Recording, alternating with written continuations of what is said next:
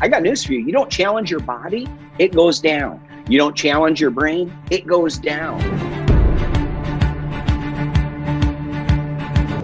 Hello, and welcome aboard another episode of the Captain's Lifestyle Podcast. This is your captain speaking, Taylor Morgan. On today's episode, we have another special guest.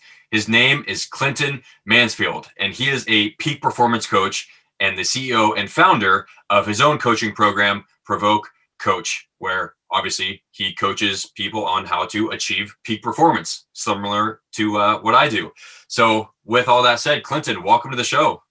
Hey, man, thank you so much for having me on. As we were talking earlier, much gratitude, man. I appreciate you bringing me on. We can spread, the wealth of really helping people, get to their peak performance, and whether that's provoking them to do it or really coaching or guiding them down the direction, but really giving value and giving education. That's why I follow you, because look, as you know, being coaches, we're pretty selective about who we let into our headspace. We're pretty 100%. selective about who we follow and who we really want it filling our head with either nonsense and drama or garbage or really good valued stuff that's really going to make us better, right? And maybe even live a little bit longer. So I definitely appreciate you having me on. Yeah, so I want to stick with this real quick because before I hit record, we talked a little bit about you've had people ask you if you have, quote unquote competition on your show because you have a podcast as well. And I've discussed this before on other episodes, I believe, but I don't really like the term competition because if you use that word, you're in the scarcity mindset, right? And as you said, there's billions of people out there. Like, I can't coach billions of people. You can't coach billions of people. So I don't see it. I don't see us as competition, right? We're both doing similar things. I'm coaching my specific set of people. I'm sure you have a specific set of people you're going after. Absolutely. And, my goal for this podcast is to spread knowledge, to spread information, Absolutely. And as long as that gets accomplished, I don't necessarily care whether people get help with me or from you. Like, as long as they're getting the help they need, if they relate to you more, absolutely, they should go to you. Right. And, vice versa. So I really don't think there's competition. Yeah. And I think, people look at that, like you said, a scarcity mindset, and they look at competition as really competition. That's like when, we coach people in their relationships, especially husbands and wives and significant others. They go through this a lot. It's always who's this or who's that, or competition. And, even parenthood, people compete, right? They, whether they're married or divorced, they still do. And there's this area of comparing that is unnecessary. And when you really learn to let your ego go and you really learn to say, this is not about competition. Now, there's good, healthy competition. I play tennis with my wife almost every single day, and I play to win. And so does she. And that's great for our relationship, different story, different subject. But the reality of it is that when I can surround myself with people that are better than me at something, then it's going to heighten my abilities, right? It's going to take me up a notch. My grandfather used to tell me, if you are the smartest one in the room, find a new room. Yeah. Right. If you're, and he said that over and over and over again. And as a young man, I never understood what he was talking about until I realized who I was associating myself with. I became, right. And if people look at that as competition, like we were talking about, Taylor, it's like, no, I want people that are better than me on my podcast. I want to learn on my podcast. Why? Because when you're looking to learn and when the brain is looking to take in new information, your focus is heightened, right? Nothing else matters, right? Like on this podcast right now, me talking to you, my phone is not here. I am not looking to see who's doing this or who's doing that or what's going on. I don't want blings and bongs and all this kind of stuff, right? Heightened focused. So when I'm around winners, that takes me way up here. If I'm around losers, it's real easy to kind of be a little bit better than somebody else, right? Like, Yeah. it's pretty simple to do. That's a good point. Yeah. It doesn't take much effort, right? Yeah. And I don't think that having that scarcity mindset or viewing everything as a competition or comparing yourselves to others, that's no way to live. That causes massive amounts of stress and anxiety, and it's just completely unnecessary, right? Well, and it hurts your physical health. I mean, this, being an advocate of the physical body and that mind connection, you will wear yourself down to nothing, like bone, right? You will really do that when you're in this type of mindset, because when you're not repeating wins on a regular basis, you're not sending those neurotransmitters into your brain. You're not getting the serotonin firing and the dopamine hits of those wins and being around. If you're, you think Michael Jordan would ever be good if he went and played with a bunch of 8th graders? Like he would never amount to anything. No, he played with the best of the best of the best, in my opinion, anyways, back in the day. So he became like this ultra version, right? He became this ultra winner. Guys like him, right? I mean, and there's millions of those examples, worldwide, in our history. Yeah. And I tell my clients this exact same thing because I coach social entrepreneurs specifically. And I think in business, I mean, primarily like, Wall Street, everything's a competition there, stock prices and all that stuff. For sure. And I tell my clients, like, you should not look at anybody as your competitor, because my clients are all, mission driven, purpose driven. They're in business for a higher purpose, helping people, helping the environment, whatever. And it's like, if you view your quote unquote competitors as competition, one, as we already mentioned, that's putting excess stress on you. And two, who cares? As long as you guys are providing a good service, it doesn't matter. Like the end goal is to make the world a better place. Right. And another thing is that it pushes you to get better, right? So if there is another company out there that you view as better than you, then you shouldn't see that as like an attack on you. You should say, oh, okay, they're at this level. I need to change this, this, and this to, reach them at that level. So if some company is doing better than you, that's, a little hint to you, okay, something's got to change. And if you want to stay in business.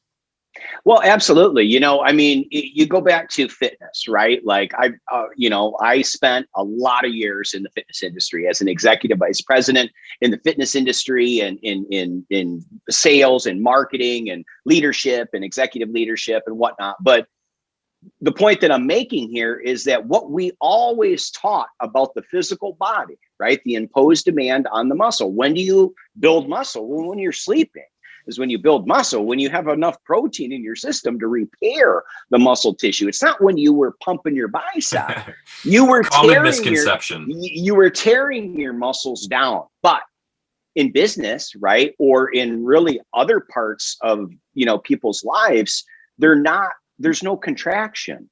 There's no imposed demand that's taken place. They're not they're not challenging themselves. So I got news for you. You don't challenge your body, it goes down. You don't challenge your brain, it goes down. You don't challenge your business. If there's not good, healthy competition out there, like, again, I want to surround myself with winners. I want to be around people that are better than me at something, so that way and maybe I can add value to them too. We can add value together, because two heads are always better than one, right? I mean, right. Yeah. But doing it in a way that, again, is for one mission overall, because I think you're right. In some industries, there's a lot of competition, and people are either there to win, and they'll either throw money or time or anything they can at the situation and pummel everybody else, right? Or there's people that have this extraordinary work ethic that just, because of their consistency, they crush it in business, right? And they don't really look at other people as competition. They're a little bit quieter, essentially, and they pick up on things, and then essentially they move on, right? So yeah, it's crazy. I like it. I got a kick out of it, right? I mean, it brings me kind of back to that sports type mentality, and that's where I have to be competitive. I compete with myself every day. Like, I mean, I don't know about you, if you're an inner thought type guy, but I have full on great conversations with myself, but they're probably the hardest conversations that you will ever have to make yourself better. Right. So I am my competition. Like and I track progress, right? I take score. I want to make sure that I'm moving the needle. Yeah. And we like it. So you said you like this healthy competition, pushing yourself to get better. Right. I like it as well because we're both high achievers, you know? And there's two types of mindsets out there. Like one, the mindset that we have, like, okay, there's a problem. There's somebody who we perceive to be better than us, whatever it is, some challenge. Yeah. Okay, we attack that so we can get better. Or there's the other mindset, you know, the kind of victim mentality where they're like, oh man, woe is me. You know, when you compare yourself to others, they get let down and go down that whole negative spiral. So what are some of the ways that you would suggest if somebody has some of those negative thoughts or negative self-talk, what would be some of your suggestions to switch that mindset around to frame things in the positive frame? Yeah, 100%. Well, so number one, I mean, I think the biggest thing, number one on the list, and this is what we do with all of our clients, is they have to track all their wins. I want a list of them every single day. They could be the smallest wins. Okay. Now of course, we go through what's a win, what's a loss, what's good, what's bad, you know, because remember the bad things, unfortunately, they hold a lot more weight, right? They really can drag you down if you're getting your butt kicked all the time. And this is what happens, right? You get into this victim type mentality. We've all been there. We've all allowed our emotions to get the best of us. We've all woke up on the wrong side of the bed. We've all, you know, I mean, and you talk about it all the time with sleep deprivation, right? Like, I mean, you know, there's a lot of things in mechanics that go on, but number one, track the wins. I want to hear about them. I want to know what the wins are. And I want to know how many you got. I want to know what your score is. I want to know what your batting average is. I want to know, like, what did you do today? I want to know all your wins. And then let's see, really, because people need to feel the wins. When they start feeling wins, like our physical body. If my wife tells me that I look good in a set of jeans, okay, like I am definitely training legs, you know, next week. I'm definitely like, I might even go a little bit more. I'm feeling a little bit good about that, right? Like if somebody says and gives you a compliment, you know, I mean, look, you feel good about it. So it boosts, right? Those dopamine hits of feeling good about yourself. And that starts to build up momentum. And then of course, number two, to get out of that mindset, right? So, you know, number one, we have track your wins or take score of what those wins are.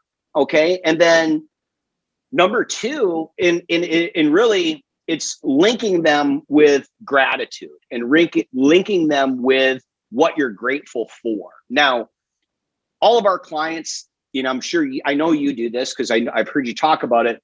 We start our day with gratitude every day, right? And we usually go over anywhere from 5 to 10 items in our lives that day we're feeling extra good and we're feeling 100% grateful for. Now, if those wins are linked to something, okay, it's much more powerful. So it was a win. What was a win? Like for me, it was a win that I went on a workout with my daughter. Why is that a win? Well, I'll tell you, I killed a couple birds with one stone here. I got my workout in, boom, right? That's easy. There's my selfish thought. But guess what? I spent time with my daughter. Yeah.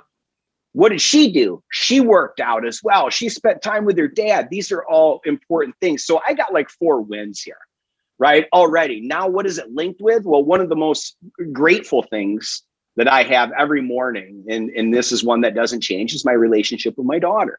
It's powerful for me because I didn't always have the best relationship with my parents growing up. So I made a pact to myself that when I have a child, it's not going to be like that, right? I changed the evolutionary, right? The elongated version, right? The trajectory, if you will. So I changed that. In other words, link your wins with what you're most grateful for. Okay, that's what's most important, because you can't have a win like I brushed my teeth today. Oh, okay. That's a win for you. Interesting. Right? That's a necessity. That's something that needs to happen all the time. And when we first start with our clients, a lot of times they don't really know what wins are. Is this a win? Is that a win? Okay, let's write it down. That's a win for you today. It's not going to be tomorrow. That'll be nothing for you tomorrow. So every day that goes by, right, their wins are becoming greater, bigger wins, right? And then we get into goal setting, which I guess would be number 3, right? Is now we have to do goal setting, right? Now we actually have to figure out, okay, what's your plan? So yesterday you had only 4 wins, right? You did like 19 things. So the rest of those were losses. You had 15 losses? Like, really? What are we talking about here? Are you playing the game? What'd you do? You laid in bed all day eating bonbons? Come on. And again, that's coaching, right? Some people need a little boost, but guess what? When they start to win a lot more on a regular basis, they know what a win and a loss is. They even get hard on themselves a little bit if they had more losses than what they should have. Hey boss, or hey coach, right? I didn't have a good day today. My here's what happened. Boom. All right, cool. Now, guess what? Is that linked? Why? Because something's not linked to their gratitude and something that's not linked to what's most important to them. They did it, they failed at it, or they sucked at it, or it didn't work out. Is it linked to your gratitude journal? Why are we worrying about it? Okay, why is that even on the list? Right? Is that really worth this challenge that you're having? So it eliminates that anxiety a little bit, because they don't look at a trip or a fall like we do in sports. Like, okay, so I missed the basket. Okay, well, it's not the freaking end of the world. You missed the basket. Don't miss it again. Right? Like, go back. We give you the ball. If you keep giving somebody the ball and they don't do anything with it, you're not going to give them the ball anymore, right? They're not playing the game.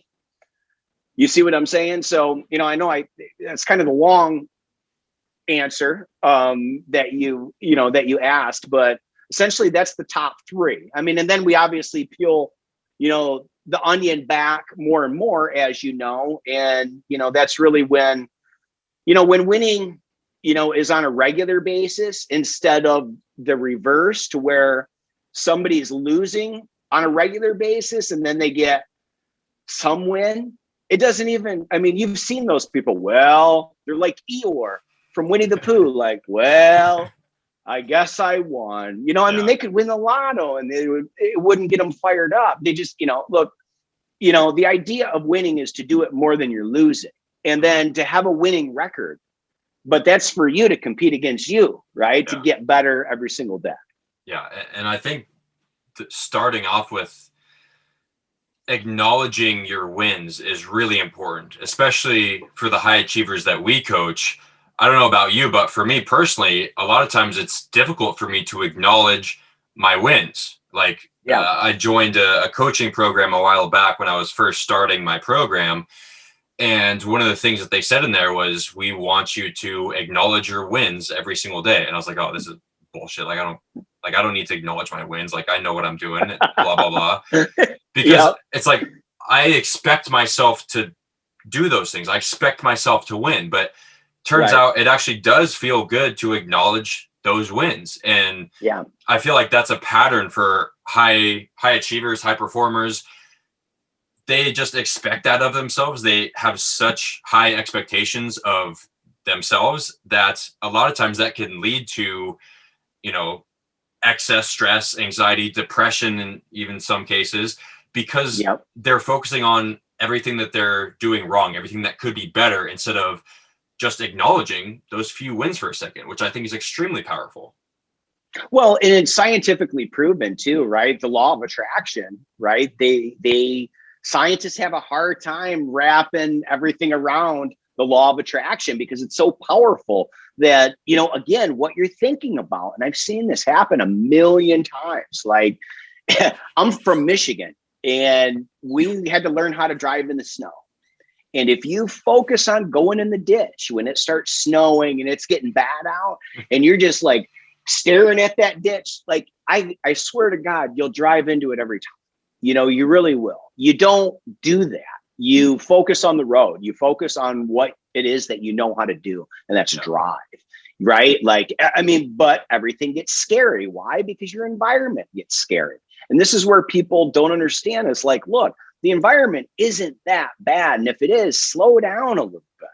You know, put your wipers on, you know, kick that bugger in 4-wheel drive, like calm down, relax. Don't be pumping the brakes. Don't pump the gas either. Like, just chill for a second. People, it's hard for them to grasp that. Why? Because we react very quickly.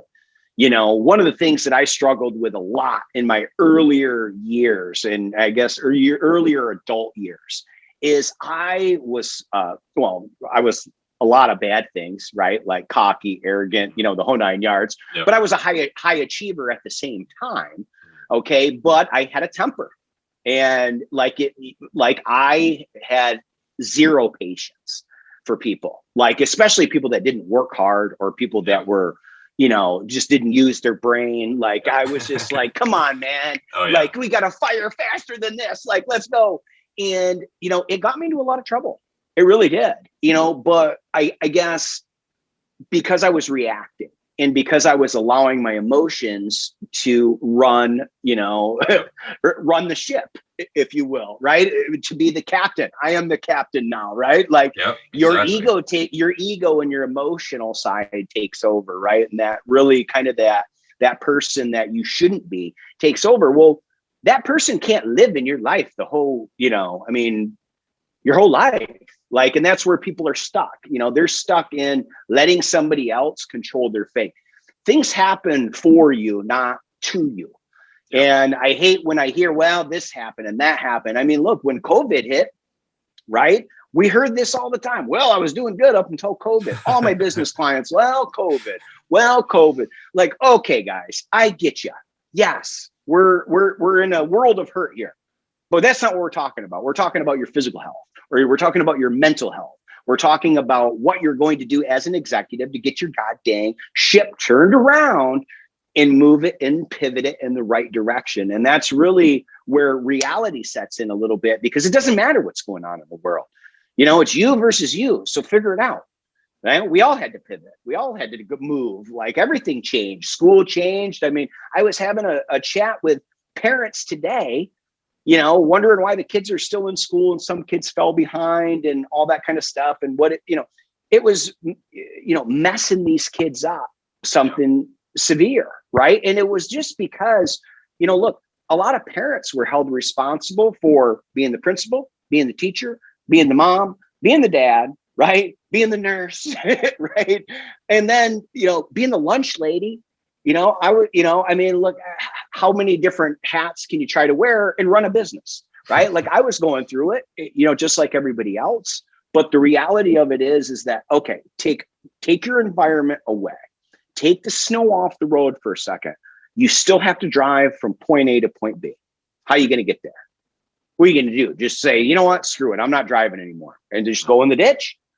Right? Put your head above, you know, or the covers over your head, and just, you know, put your head in the sand, or, you know, whatever, you know, analogy that you want to use.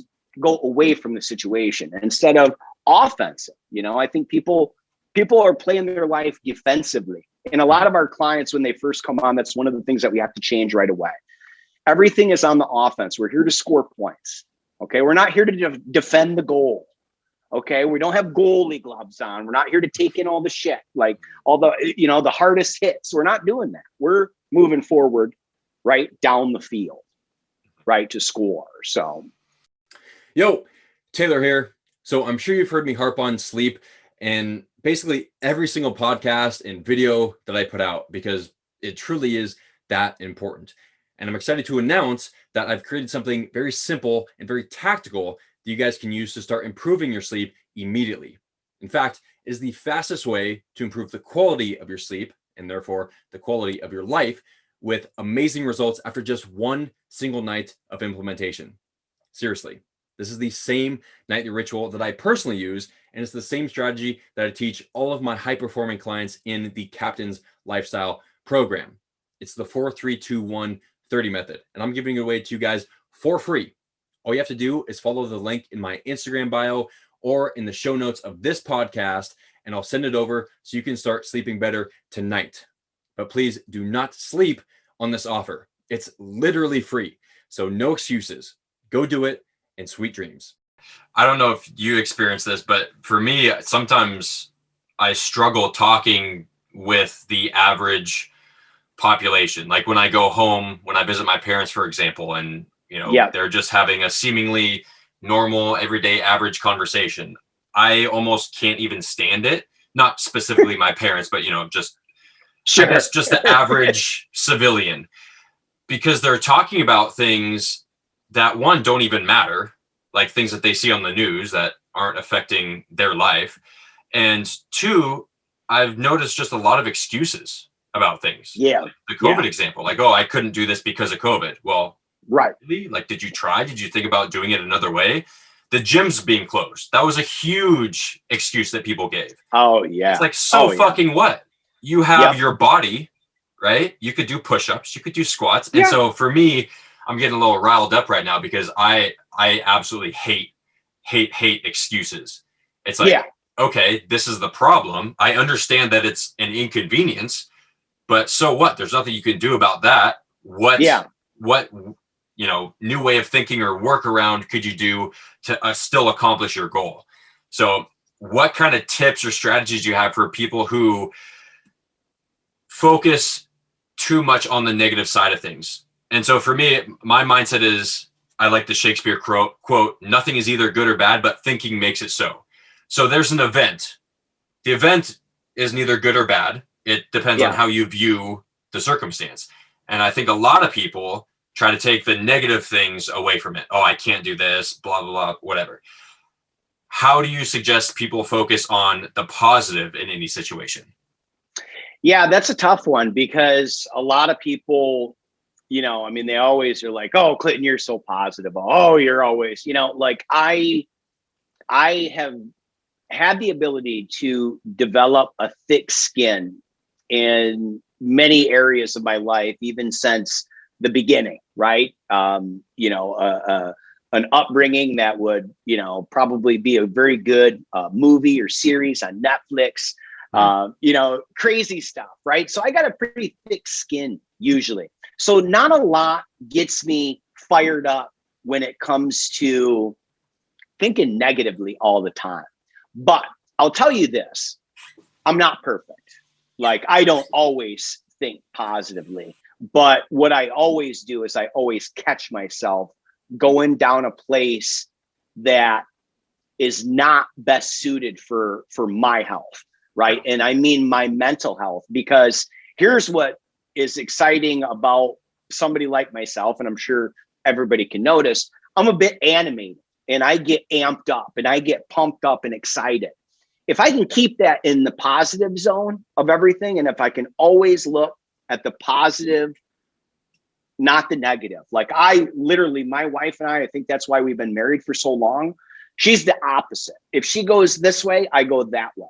And sometimes I don't even have to think about it because I just know that's where I'm supposed to be, right? I am always looking at the glass half full. I'm always looking at but we got this. Well, yeah, but we got this. I'm always looking at going further, but that's me, right? And that's hard to be able to project that. The only way for you to artificially force it, and the only way for you to really change your mindset overall, is daily habits. Daily habits to put yourself there. Give you an example. You know this from being in the fitness industry. Bodybuilders get shit all the time because they're like, well, yeah, but I could just take steroids. I could be as big and as strong as you are. I could be this. I could do this. I could do that. But you're not. Mm-hmm. Right? You're not. Right? So the point that I'm making here is that artificially, if you do things on a daily basis that promote positivity in your life, there's really no way that for me, I've been doing this for 20 years, cramming positive stuff and momentum and trying to get smarter and trying to get faster and trying to get stronger with my brain. Maybe I'm getting older physically, but Doesn't matter. I still think I'm 20. I'm still going to compete in a bodybuilding show. Even if I'm 42 years old, I'm still going to be ripped with a six pack. I'm still going to be, even if my hair's falling out, my wrinkles are coming through. It doesn't matter to me, right? Like, I think like that because of my habits every single day, right? Because I read every day, because I meditate every day, because I do breathing exercises every day, because I work out every day, because I spend good quality time in my relationships every day, because I work my ass off for my company every single day and for my clients, because I get on podcasts like this and want to really spend an hour. I could spend 3 hours. We could talk about this stuff because I'm so passionate about it. I want to help people so much. That didn't happen overnight. That's 20 years. The problem is people don't, they think it's stupid. Oh yeah, well, you know, I don't want to listen to a Tony Robbins. Well, you know what? Look, that's what I did 20 years ago. Tony Robbins was some of the first stuff I was injecting into my veins, right? Like, I mean, Zig Ziglar, Tom Hopkins, Anthony Robbins, Brian Tracy, all these guys. I had to learn how to actually build a part of sales and marketing in business, because that's not what I studied in school. I studied exercise science. I didn't study business. I didn't study sales. I didn't study management, leadership, none of that. It came naturally to me because I wanted to help so many people, and I'm a winner. Yeah. So guess what? Like, it's like an athlete that's better than everybody else. I'm not saying that to toot my own horn, but there was nobody out working me. Still to this day. Yeah, still to this day. Like, I'll be like, why are you people not working? Yeah. Like, let's work. Let's grind it out. Let's do more. You know, I mean, even my coach that I told you that I hired told me, like, hey, you're doing a lot. Like, are you okay? Like, hey, I work out all the time. I eat clean. I'm drinking a gallon of water a day, man. Like, this is nothing. Like, bring it. You know, bring it in. And people don't understand that the reason why people like you and I are able to do these things is because we take care of our sleep, we take care of our nutrition, we exercise, all that stuff. People have this distorted view in their minds that they can do all those things by sacrificing their sleep, by, you know, getting the convenient food, by, you know, exercising when they get around to it. It's like, no, motherfucker, like, you're only able to do that if you have this solid foundation, you know? Yeah. Because, you know, show me your habits and I'll show you your future. If your habits are, you know, staying up late, only getting 6 hours of sleep, waking up early in the morning and getting right into emails and whatever, it's like, you are going to burn out. It's just a matter of time when that's going to happen. Yeah. Yeah. Well, and also there's no satisfaction with that, because you do come to a point like, look, I can't tell you that when I was an executive, you know, in the fitness industry, like, look, I was probably morphing into that. And that's, you know, probably a good reason why I got out. You know, when I did, in a certain way, I was living a different lifestyle, right? Like, I was smoking cigarettes and drinking I'm in the fitness industry as an executive, right? Yeah. Smoking cigarettes, smoking cigars, drinking, you know, too much, you know, having a good time, drinking 4, 5, 6 cups of coffee, 5 hours of sleep. Wow. You know, I mean, my wife was out of the country at the time. You know what I mean? I was just like burning at both ends. And I was working my tail off, like giving my whole world away. There was nothing else to do. You know, my wife and daughter were gone. It was me just by myself. I'm like, I can't sit in this house. Let me just work. Right. And, you know, you morph into your daily habits of what you're doing on a daily basis. So now, I mean, now I'm older by, 10, 20 years. Right. But feeling my best. Why? Because I get 8 hours of sleep, because I drink a gallon of water a day, because I work out nothing less than an hour as a bare minimum. And I'm usually doing like 2, sometimes 3, depending on who's involved. If I'm working out with my daughter, if I'm playing tennis with my wife, I'm doing my workout with the dogs in the morning. And then I do my weight training and strength training. Then I meditate, for nothing less than 10 minutes. Right? I'm doing yoga. I'm doing stretching exercises on a regular, and I'm doing breathing exercises. Like people are looking at me like I'm whacked. I'm like, look, this is why. at 42, you are getting your third, fourth surgery. This is why you're not in shape. This is why you're, having stomach issues and problems and this and that, and starting blood pressure medication, diabetic. I mean, like the list goes on. One of the other excuses that I hate is, oh, I'm just getting older. Like, oh, you'll see when you're older, all these aches and pains, it'll catch up to you. Sure. It's like, nope. If you take care of your body, there is no reason why you should feel that way. Well, one of the biggest myths, I remember people telling me, they're like, because I obviously was into more powerlifting at one time, and I was another 40 pounds heavier than what I am now. Mm-hmm. Just different style at that time, whatever the case was. But I remember everybody saying, well, hey, that's all going to turn to fat. I'm still waiting for it. Yeah. It's not going to happen. Your magic didn't work on me. Yeah. Right? Yeah. It's unfortunate that people have that mindset. Like, right. And I think it's because as a society, we've just gotten so far away from our natural state of being as human beings. We're so far away from how we evolved. Like, it's almost polar opposites. There's no more discomfort, right? Like, no, I think it's all, air conditioned and, make sure really everything's is perfect. Yeah. It really is. I mean, if you go back in time, like, people were working, like, you were splitting wood, you were, working on the farm, you were doing all this kind of stuff. I mean, even if you go back to our parents' age, they were doing a little bit more. Their parents' age were doing a heck of a lot more as far as physical activity. I mean, look, we were talking about breathing exercises, and I did a lot of research on breathing exercises and whatnot. And they say that, really the last 2 decades, our oxygen consumption, right, per person is down like 35%. And 35%, less oxygen to our brain, right? Like, I mean, that's just, suicide. Yeah. And I think a lot of it comes down to work stopped at nighttime. You work your ass off during the day, but then when the sun goes down, it's time to relax, to be with your family, to enjoy dinner. And then you go to bed because there were no artificial lights. Now you can stay up all night working because at the flip of a switch, there's light. And, that has just wreaked havoc on our circadian rhythms. And that's causing massive amounts of stress and lack of productivity and all that type of thing. Oh yeah, for sure. 100%.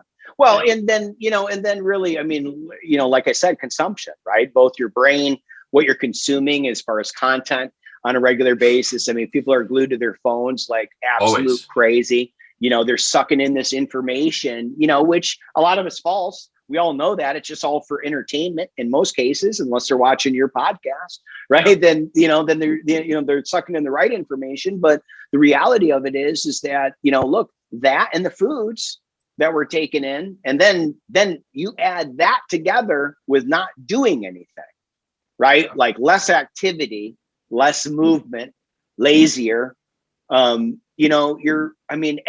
As really a human, we gotta be going in the wrong direction. But no, we're pumping them full of more foods and more chemicals. I mean, don't even get me started on all that. And I think that's another huge reason for America's poor sleep epidemic is because people are constantly just consuming information. They're constantly being stimulated by their phones, specifically all these notifications, emails, phone calls, texts, whatever. And then the one time during their day that they turn their brain off or try to is when they go to sleep, and then they lay down and now their brain has finally gotten the time to relax and they're thinking all these crazy thoughts and they can't fall asleep. Yeah. And so, for example, for me, I go into a place called Restore. It's a wellness center, and they have a cryotherapy chamber, sauna, stuff like that. And when I go into the cryo chamber, they ask if I want a song, because everybody goes in there with the song playing. And I'm like, nope, I like silence, because I go in there. And that's one of the times during my day where I just try to turn my brain off, complete silence. I do box breathing in there. I don't need any extra stimulation because the whole rest of my day is filled with stimulation. Same thing in the sauna. Sometimes in the sauna, I'll listen to a podcast, but today, for example, I just sat in quiet for a half hour. Yeah. And you just get that time for yourself. Yeah. I mean, I tell you, it's extremely important. And I would say probably at least a half hour to an hour per day.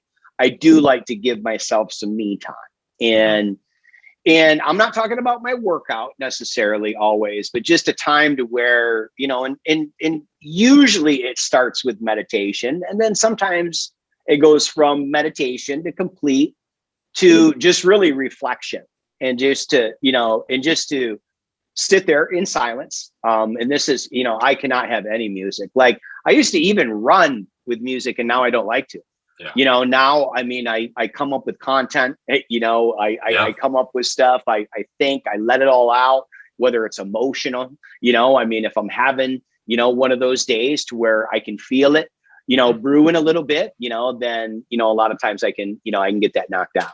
I don't know if it's the same for you, but for me, almost all of my ideas come to me when there's no form of external stimulation, when it's just me. No music, no phone, just either when I'm meditating or in the sauna, for example. It's when I have a chance to, be in my own head without anything else, Yeah, because distractions come up, right? Like, I mean, that happens to me a lot, to where even if I'm creating something, like you said, the things, I'm like, oh, okay. So I'll lose it to where I really got to have that for a good create time, and I set aside a little bit of creative time, obviously with my weekly plan and, whether it's what I'm going to post on social media, the graphics, the things that, podcast, Provoke print, everything. And, the challenge that I always run into is once I go in, I can knock out, like, if you get me fired up, usually not Monday,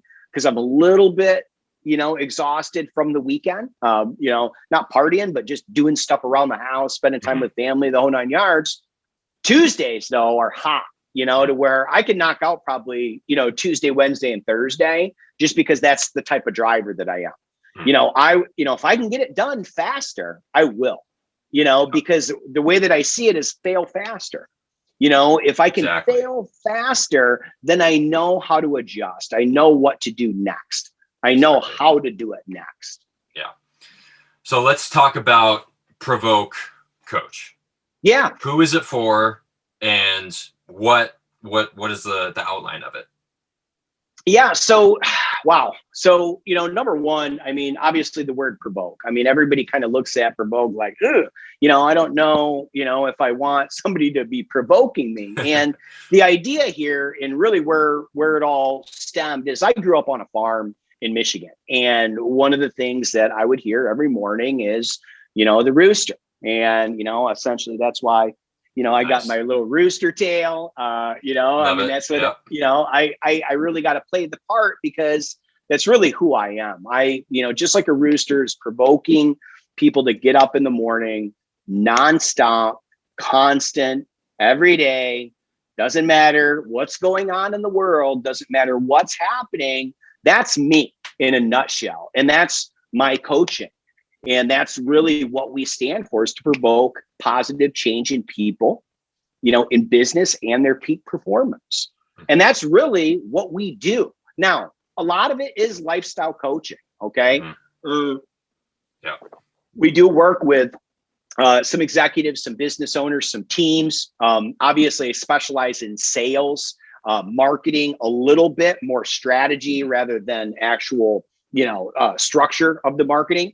But, obviously with business owners, a lot of sales influence, a lot of leadership, a lot of management, because of my experience as an executive. I am able to coach them there, but here's what it always turns into, is more lifestyle coaching, and the way that they're taking care of themselves and the way that they're taking care of their families and their relationships, because most business owners can kick ass at business. All right. That's a pretty easy fix, right? Just to figure the numbers out.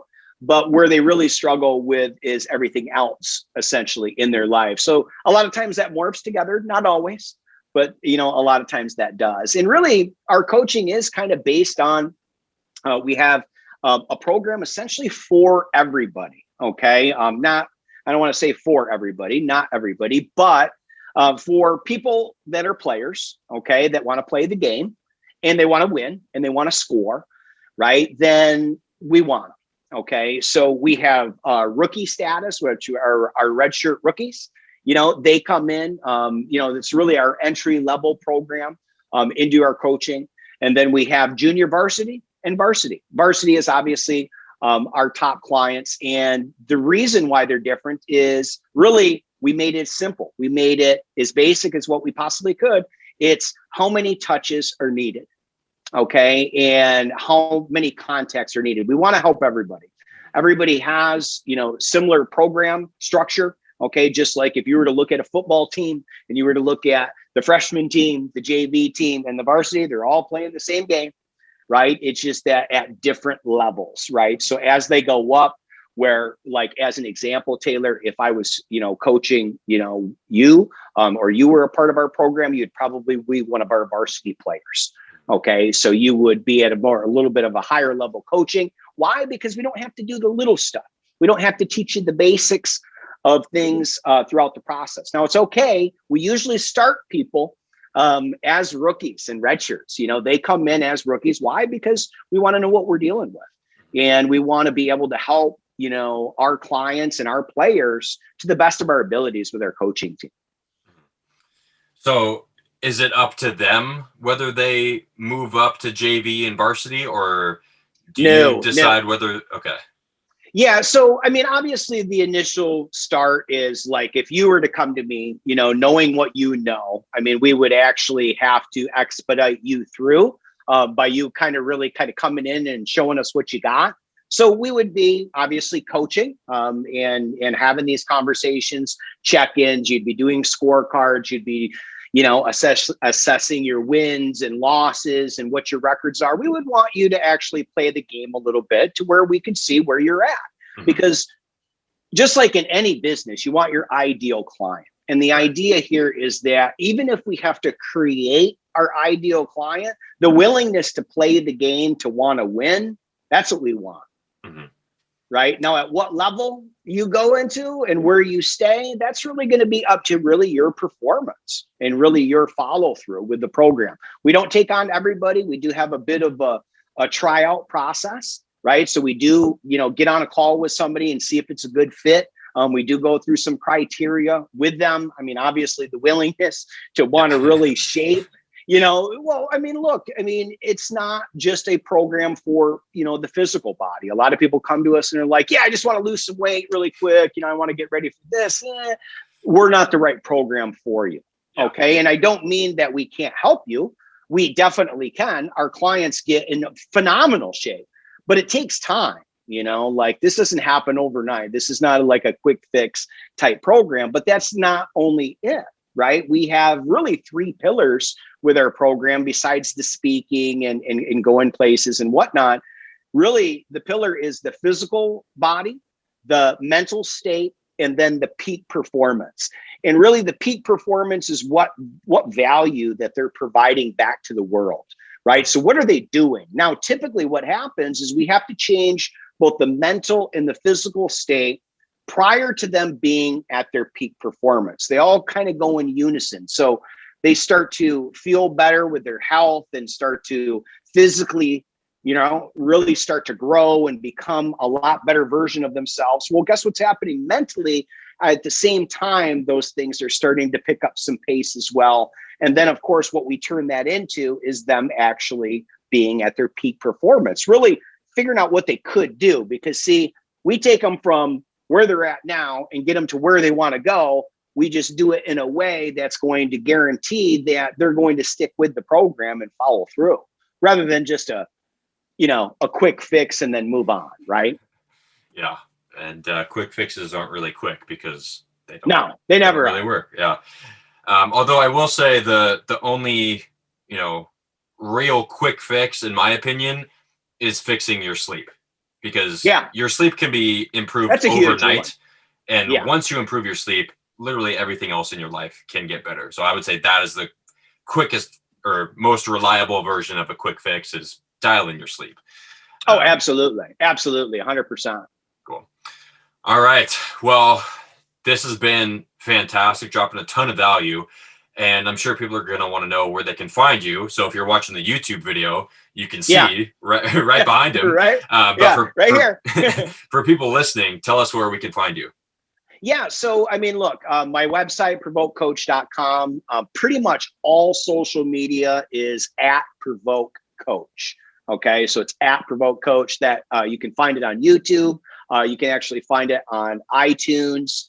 Pretty much all over Provoke Coach, you'll find it. Okay. Perfect. Awesome. Any last words you want to leave the audience with?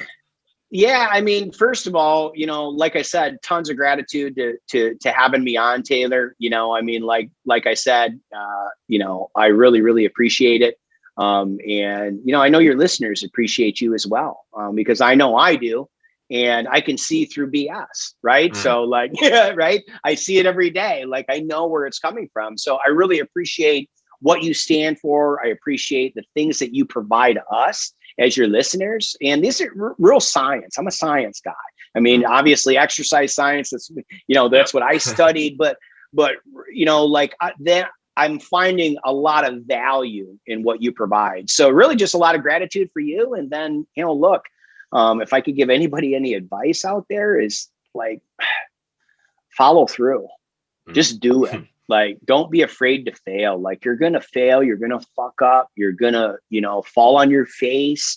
I'm 42 years old. I mean, I'm sure it's happened, probably more than most. But here's the thing is, like, I would rather fail a lot more than anybody else than never take a chance on myself.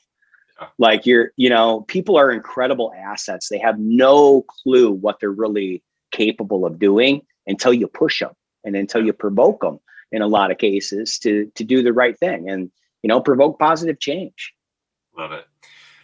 Well, Clinton, we might have to do a part 2 of this sometime down the road, because we only scratched the surface of a lot of the things that I wanted to get into, but that's it for today. So again, thank you so much for coming on, and check out provokecoach.com.